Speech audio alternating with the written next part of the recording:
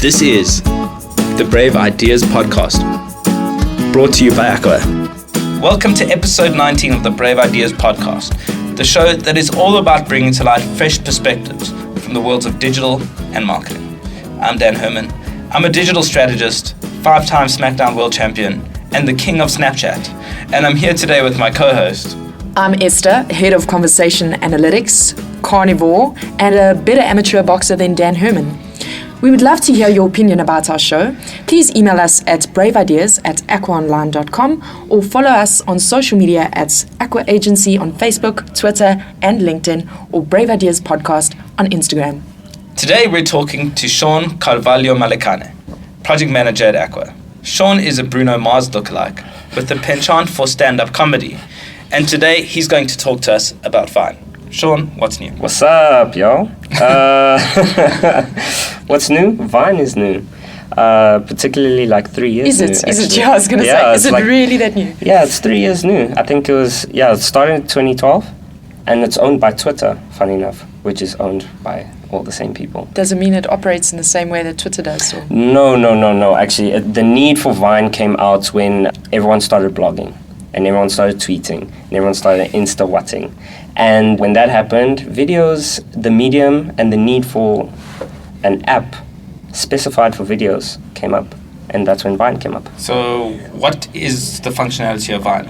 What it is, short storyboarding, so 6-second videos. So it allows users to storyboard 6-second videos and literally just do all types of cool features and filters on it. And a lot of the cool features about it is that you can overlay grids on it. There's nice ghost features on it as well. Music as well, you can input music. And there are a lot of complementing apps that allow for video editing with it. What's the difference between something like, because currently vlogging and video and Snapchat and 1,700,000 different types of video social media platforms, it's the thing to do now. Text is almost out.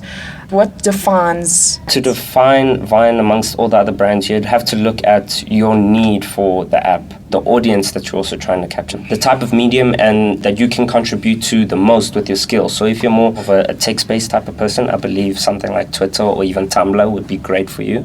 If you're someone who loves just image, more of a photographer, great, Instagram is for you. But then Vine, specifically, videos, more short film videos, which means that you'd have to communicate a message very quickly. Okay. So a lot of Viners that I've seen have started out are musicians. So to bring sort of like a blurb to their music. There are great Viners out there. Us, the duo, it's a couple that started vining their music. They did covers, and now then they released an album. They've gone to the White House. That's why I've seen it do just with musicians. Also great for adverts. I was reading an article prior to this was actually how advertisers have realized the importance of social media and how they've used Vine actually. So I've seen in the States, Walmart, they use Vine a lot. Nike, they use Vine.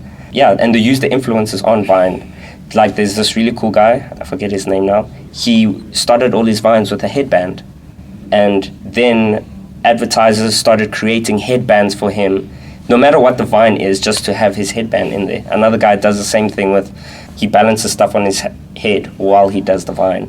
So he was doing it with a dishwashing liquid the other time, but it had nothing to do with the actual Vine, so yeah. So I just want to go back a step, because I think we're in a world now where it's all about short form video content, and I think to Esther's question, it's about how each platform differentiates itself based on the service they offer from a short form video content perspective. So what really interested me about what you said was this idea of storyboarding as a behavior that is different or unique to Vine that you can't do on other platforms. Yes. What does that mean to you? Like, what is storyboarding? I don't know, you take an idea, but it's by storyboarding it, you'd have to plan it out. You'd have to plan it out before. You'd have to script it before. That's why editing is so important. That's what's so awesome about the Vine app. You can do almost everything. It's like your own on-set movie and everything, and everyone's using the same device, a phone. And what's so awesome with Vine is that you can storyboard it like that. It allows you to move scenes to different parts, skip, crop, add here and there. wherever. So in terms of like where Snapchat is in the moment, it's just that one moment in a lifetime that's taken. With Vine, you could create a story that runs a few episodes, that runs over a period of time. Exactly that. So if I'm understanding what you're kind of saying, so that Vine is then the natural successor to YouTube more than it is the natural successor to Instagram. Yes. Well, Snapchat would be a natural successor to Instagram, if you will, because of the fact that both deal with in the moment capturing, well, Snapchat and Instagram deal with capturing things in the moment, but actually Vine is about content creation and about artistic content creation ultimately. Exactly. But what that lends itself to is to say that actually Vine is quite niche. That there's a very specific kind of person who's on Vine. You know, in an environment where we're talking a lot about how we can reach consumers in a kind of mass way, do you agree that Vine is the right platform to do that? Vine allows to reach a certain type of consumer, but not necessarily all consumers. Okay. I would say it is very specific, as you have said. It is a niche. And funny enough, Viners end up having their own YouTube channels. Okay. A lot of them. So I think it is very niche. It's not necessarily for everyone, but in terms of making Vines, but to watch Vines, I mean... Yeah, I think your content has to be of incredible quality. And I think that's where brands coming into Vine as well. You can't just approach it like a banner ad would, for instance. It brings a whole new dimension to the type of marketing you do. Now you've got to present, like the guy with the bottle on his head, you've got to present a brand in a very creative.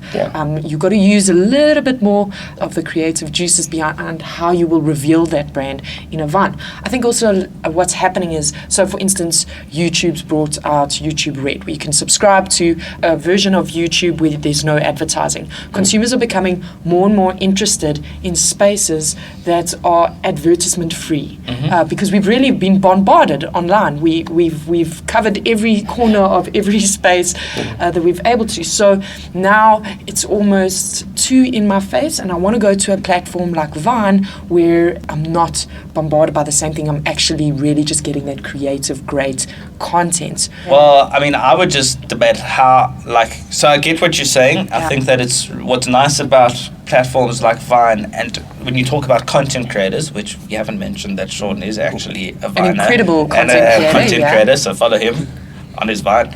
But anyway, I think when we talk about that, I think what's really important to your point is authentic content that is native and natural for the platform, a natural fit.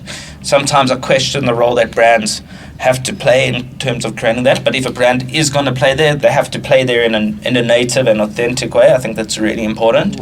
But I also somehow question the fact that Vine is free from advertising. I mean, it is, as Shaun said, owned by Twitter, who have a mass amount of data and are integrating Vine content into Twitter feeds. Yeah, exactly. So, you know, to that point, I mean, Vine itself is being bastardized as an advertising platform, just like every other social media platform.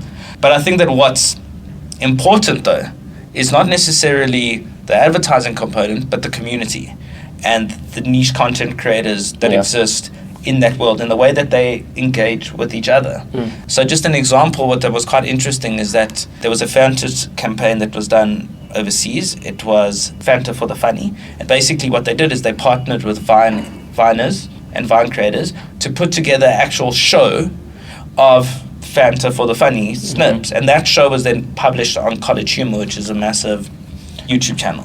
So it was about taking those authentic content creators and as a brand giving them a platform to be authentic and to create, which I think is the right way to approach the platform. I mean, do you agree with that, Shaun? No, I do really agree with that. I've even seen how other top Viners, I'm talking like in the States now, when they get approached by brands to even create content, a lot of the time the influencer is allowed to run with and do a lot of what he wants and incorporate the brand almost in any way. I've seen very minimal times that the brand would actually get involved. The brand dictates the storyline. Yeah. Would dictate the storyline, because then it becomes, as you've said, a whole lot of bombarding of advertising.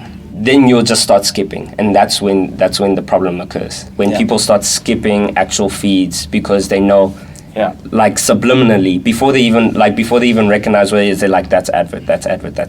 Yeah. But I mean, and it's so fascinating when you say like people start skipping. I mean, these videos are 7 seconds long, and people are still skipping them, which basically shows and goes to a point around where this generation of internet users are at in terms of how they're consuming content, and then the role that short form video has to play in order to engage consumers. I think there was a recent stat that says the amount of time you have to grab someone at the moment with video content is 3 seconds. Yeah, and what's so interesting with that actually is that Vine has, it works on loops. So the more loops you get actually as a Viner, the better your content is. You can see obviously the better the content is. So by loops you mean the more times one user watches so the same it naturally video. loops itself, the video. So after 6 seconds, it loops itself again and again and again and again. And Vine counts that. That counts. Like I would get a count of saying your Vine has been looped 100 times. And that is very clinical to the Vine app as well.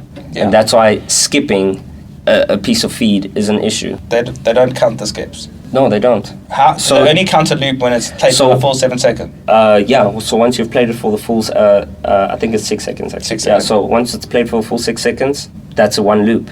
And if someone literally just sees and skips it, that doesn't count. So I think the stat is 1.5 billion loops daily on Vine. Right. So it's not just how many times anyone just viewed it, but how many times they were willing to come back to the content. Yes, and sometimes you'd see yourself watching a Vine like 5 times at the same time. Yeah. And that's also, it affects the way you create your content as well. So the beginning of the Vine, like you said, 3 seconds to grab someone's attention. The beginning of the Vine would be how your mother is when you don't do your homework. Quickly explaining it, and then you'll go to like 3 different shots afterwards. Cool. So it's becoming its own like almost cinematic form, like it's becoming its own form, and there's a specific way and best practice to create this content in a way to drive the loops or the engagement you're talking about. So I think that's absolutely fascinating. So Shaun, it's been a great conversation. If you could just wrap up by letting me ask you, if there was one takeout of this conversation for Aqua and the broader industry, what would it be? Something we can take out of this for Aqua is that Vine is an extremely fast-growing medium, and there's a huge amount of opportunity and a niche market that can be approached in Vine, from not just advertising standpoint, but from getting messages across. The same way how Trevor Noah is an amazing comedian and he gets such critical points of view about the country out, Vine can do that. That's what I see Vine doing, and I think it's a great option for anyone, any business, any corporation to look at, even politically, I think. Deep. So Shaun, so EFF are going to be doing Vine. Then I'm sure they'll be very comical. Interestingly, they have a SoundCloud, just saying. Oh, wow. That's cool. So Shaun, if people want to get hold of you, and I just want to say for people that are listening that it's a very good idea to have a look at Shaun's content. He is also hilarious. If people do want to learn more about this topic and find out more about what you do, where can they get hold of you? They can get hold of me at my email, Shaun M, SHAUN, M for mother, at Aqua Online. And also they can go to my Vine account. I mean, I'm pretty responsive there. So that's at Shaun RCM. Great. Now let's move on to this week's innovation. This week's innovation is actually more of a warning. You see, I was listening to another podcast, which I'm not afraid to punt on the show because it's one of my favorite podcasts. It's called 6 Pixels of Separation by Mcgeer. And on a recent episode, Mitch was talking to Mark Schaefer, who's a very well-known marketing influencer and blogger. He was talking about the future of blogging. They believe that blogging is at risk in this current form, owing to the fact that social networks like LinkedIn and Facebook are working really hard to enable users to create long-form posts on these platforms, thus keeping them in those social environments, and as such are giving preferential treatment to this type of content. So basically, if you want to go and post a blog post on Facebook or Twitter, it's going to be a lot more difficult for that to now drive the sort of engagement you're looking for, because they're obviously designing it so that the content that's created within those spaces works a lot harder. So what that means to us as marketers is basically that we need to take a more considered view as to how best to maximize the native functionality of these social platforms before we consider building or driving people back to owned properties such as blogs. And potentially we also need to look at how we can advise clients that actually it may not be advisable to create blog environments if your intention is to maximize your social engagement. So this may be really difficult if you've already just proposed a blog, but it's also about being up to date with the sort of trends and innovations that are shaping the way that the new social environment is being built. It's a very contentious discussion, so we'd really like to have your opinion on this. And if you want to participate in a discussion, please comment on the show post, which will be on Facebook, Twitter, LinkedIn, as well as the Brave Ideas Instagram account. Thanks for the warning, Daniel. And thank you for listening to the Brave Ideas podcast. If you liked what you heard, please subscribe on iTunes, and while you're there, give us a rating and a very nice review. You can also visit aquagrp.libsyn.com for the complete library of episodes. If you want to keep in touch with me, Dan, you can follow me at elhermo on Twitter and elhermo23 on Snapchat and Instagram. And you can follow Esther. I'm simply Esther Mcgeer on Instagram. Special thank you to our guest, Shaun Carvalho Malekane. Thanks to Matthew Klawansky for music and production. Thanks to Eris Ghost and Hannah Hughes for the art direction. And a special thank you to the Aqua Social team for managing our social platforms. That brings us to the end of the show. We'll leave you with a final thought. There are no original ideas, only original people.